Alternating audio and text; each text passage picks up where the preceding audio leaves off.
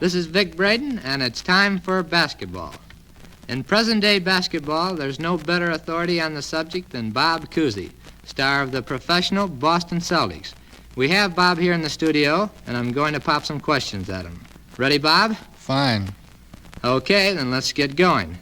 Bob, since we have a time limit on this record, we'll just try to hit the highlights of good basketball, okay? That's swell. Okay, then here we go. Let's start it this way. Just recently, I've been reading a lot of articles which almost point blank tell the short man he no longer has a place in basketball. Now, how do you feel about that, since most of the pro players are very tall in the first place? Well, the significance of height in professional basketball is a little different. Professional basketball is more highly specialized than in college or high school ranks. Most all college and high school teams have plenty of small men on their squad. As a matter of fact, many times the short man is the key to the whole team's success. Well, now, how would you account for that? Well, most players, realizing their handicap in size, set their sights higher than the average player. They work harder in order to become more proficient at every phase of the game. Also, most short players have greater speed and quicker reflexes than their taller teammates, and thus they spearhead the fast break of their team. Well, it looks to me, then, that almost anyone who can walk and has a desire to play basketball can become a better-than-average player. Well, I'll go along with that statement with one addition. That is, many people have the desire to play top-brand basketball, but only a small percentage have the willingness to work in order to become great. Well, Bob, in this day and age when specialization in athletics is at a premium, many coaches I know recommend a child start very early in life to work on his favorite sport. Now, how do you feel about this in regards to basketball? I especially like to see the younger people playing basketball, but not just because they can get a head start in their training. I think starting basketball at an early age is perfect for instilling the art of sportsmanship and to teach our young children the need for maintaining a sound body and mind. Well, Bob, many times I've watched basketball games which were evenly played right up to the last 4 minutes of the ball game. Then all of a sudden, one team would completely collapse and go on to lose the game by several points. Many of the players on the losing team would look completely exhausted. Now, how do you account for this? Well, you're not the only one who has seen such games. Every year I watch college and high school teams work out in practice and in regular games. In almost all these sessions, there would be a few players who showed signs of poor conditioning. Bob, since this conditioning seems to be such a big problem, what type of training program would you prescribe for players to condition themselves? Well, I personally feel that training rules can vary for certain individuals. For instance, some foods will make some players sluggish, while others feel no ill effects from the same foods. It's best that each player study a diet which will allow him to perform with maximum ability. I would suggest that all players stay away from too much starch and to see that all meat is cooked well. Overeating will not allow for proper digestion, so push yourself away from the table when you've had sufficient to eat. And don't forget 9 hours of sleep. Physically, each player should try to develop himself as to his needs. As an example, a player with weak legs should concern himself with jumping rope to make his legs stronger. Or a person who has trouble jumping high should practice jumping. Most players fail to take an objective look at their falls and try to overcome them with hard work. One thing which always amazed me was that out of all the great players I've seen, not one of them had to be told by the coach to practice wind sprints. They knew their success depended upon their ability to go at full speed during the entire game. Mental conditioning is a big factor which goes with successful basketball. A player must have plenty of self-confidence. Also, he must have the desire to win. There are hundreds of players who could excel in basketball, but who fail because they lack the will to win. A coach can't have a winning team with boys who should be good. They have to be good. Many teams have suddenly found themselves beginning to win more ball games as soon as the coach has released the so-called star, who has been dogging it. Individuals win a lot of press notices. Team players win a lot of games. Well, Bob, now let's get down to the actual playing of a basketball game. Would you rather start with the offense or the defense? Well, let's start with the defense. Scoring 20 points a night will not win a game for your team when your opponent scores 21. Most teams today reach some high scores in games, but so do their opponents. I feel a team which develops a strong defense has a great advantage right from the opening whistle. They can make their opponents take poor shots which can discourage them both defensively and offensively. Most teams will only score well when they start right. Well, all right now. I'm ready to hear some of these defensive hints you have. Well, since we have a time limit, I'll try to stick to the man-to-man defense, which is the type of defense most used today. To begin with, anyone can play defense. I think the most important defensive hint I could give is to make up your mind that your man is not going to score any points during the game. Too many players think along the lines that they'll try to hold their man they're guarding to just a few points.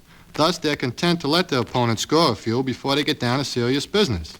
Once a player gets the feel of scoring, then it's generally too late to stop him. Play your man at approximately arm's length. This will give you enough room to let your teammate slide through. If you play too close, you're liable to get picked off, or if you play too far from your man, you will leave enough room to take a set shot.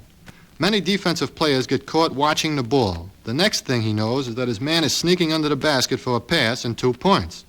A basketball can't shoot itself. If you can't watch the ball and your man at the same time, watch your man. Always stay between your man and the basket. Don't lunge at a dribbler. You may get your legs crossed and then it's all over. Never leave your feet unless you're trying to stop a layup shot. And keep your hands up and moving at all times. Many times a shooter will use your steady and outstretched hand as a gun sight. Talk it up on defense. Point out your man and keep the defensive pitch high. If you're beginning to lose your breath, give everything on defense. It's a lot better to catch your second breath on offense. Bob, would you say that high-scoring games, and like they have in the professional ranks, are a result of weak defensive patterns? Or would you say there's an exceptional offensive pattern going there? Well, I don't feel that it's the result of weak defense. I think there are several reasons why the scores are much higher in a professional game. One, naturally, is because of the longer ball games. And secondly, you must remember that there are 90 ball players in a professional league, and just about every one of them have been All-American at some time or another. Therefore, they're naturally a lot better shooters. That's what I was looking for. Now, let's go on to the offensive picture. When I think of offense and Bob Cousy, I immediately think of the behind-the-back dribble you have made so famous, Bob. Now, when did you start using this type of dribble, and why do you use it? Well, I started using this dribble in my junior year in college, and I used it with a definite purpose in mind, a definite offensive purpose, I might add. I started practicing it one day during a ball game when a man was overplaying me to my right-hand side. In other words, as soon as your defensive man feels that you can only go to one side, he'll naturally overplay you on that side in order to try to force you to your unnatural side. This was being done, and as a result, I had to go to my left side in order to try to score. Now, as far as dribbling is concerned, the basic fundamental principle is to always protect the ball with your body. In other words, keep your body between the defensive man and the ball. Now, when you want to change directions, most ball players bring that ball between them, thereby violating the principle. Now, when it's behind-the-back dribble, as I throw the ball behind my back, I change direction simultaneously, thereby still protecting the ball with my body, not violating the principle of dribbling, and it gives me the extra step on a man for the shot. Well, that's something that I know a lot of people have asked me about, and I'm certainly glad to hear that. A lot of coaches have been discussing that recently. Bob, basketball fans, they're constantly hearing about the different styles of offense, which generally are identified as typical of that section of the country. Now, would you say that such a pattern existed in the United States? If such a pattern did exist, it no longer seems valid. Most sections of the country do have some little patterns which they seem to follow. However, I wouldn't say that the patterns are all set as most people would like to believe. I have seen coaches who have been labeled as a deliberate stylist come out with some big moments of helter-skelter basketball. I think most coaches are in favor of maintaining a varied offensive attack. It's best to have an attack which will afford a team with a change of pace to offset the defense of their opponents. Well, then what type of offense would you say is most prevalent in the professional basketball today? Well, as far as our league is concerned, we don't seem to have any choice in the matter. Just about the entire roster on all the teams play this pivot offensive basketball, if only because each team has, 2 or 3 ball players who are well over 6'6". Therefore, they don't have any choice. They can't play a fast breaking attack or a running attack because those big men just can't go that fast.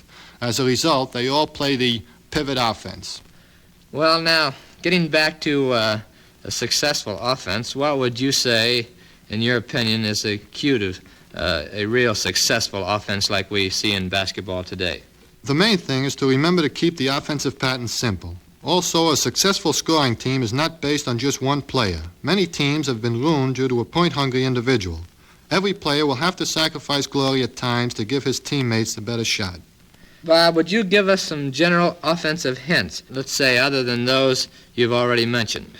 Certainly. One big problem of teen offense is correct passing techniques. Don't try to pass by the man who is guarding you if he is dropped back in a sagging defensive position. Also, don't try to pass to anyone unless you're certain the way is clear. Don't make passes too long. Shorter passes cut down interceptions. Never run with your back to the ball. Don't over-dribble. Also, it's easy to overpass. Don't let good shots go by. You're only hurting your team because the defense can then concentrate on stopping the other four men without worrying about you. However, don't ever shoot when you're off balance or being rushed. Well, now, speaking of shooting, do you recommend any particular method for delivering a shot? I personally feel that there are several good methods for executing a shot. Each player has his own type of shot which he has perfected to his best advantage. Just keep one thing in mind. Regardless how one shoots, he must be able to score well from either a standing or running position. It's not how a player shoots, it's what he shoots. Of course, there are some players who have shooting faults which would never allow them to score well. These players should obtain help from a competent coach. What do you look for when you're about to shoot a ball? I've had players tell me that they try to watch the front of the rim and keep their eye on that rim until the ball has reached the basket. Do you agree with this? Yes, I think that's a pretty universal theory that the best place to watch is the front of the rim. Of course, it depends on the angle you're shooting from. If you're on a side, many times it's more advantageous to use the backboard as a means of putting the ball in the hole. However, from anywhere out front, I would definitely advocate using the front rim and keeping the palms of the hands off the ball. It's just a snap motion, as they say. It's all in the wrist. Well, Bob, it looks like our time is up for now. It's certainly been great talking with you. And all you basketball fans, Bob and I both sincerely hope we've solved some of your problems. Here's wishing all of you a lot of success with your basketball.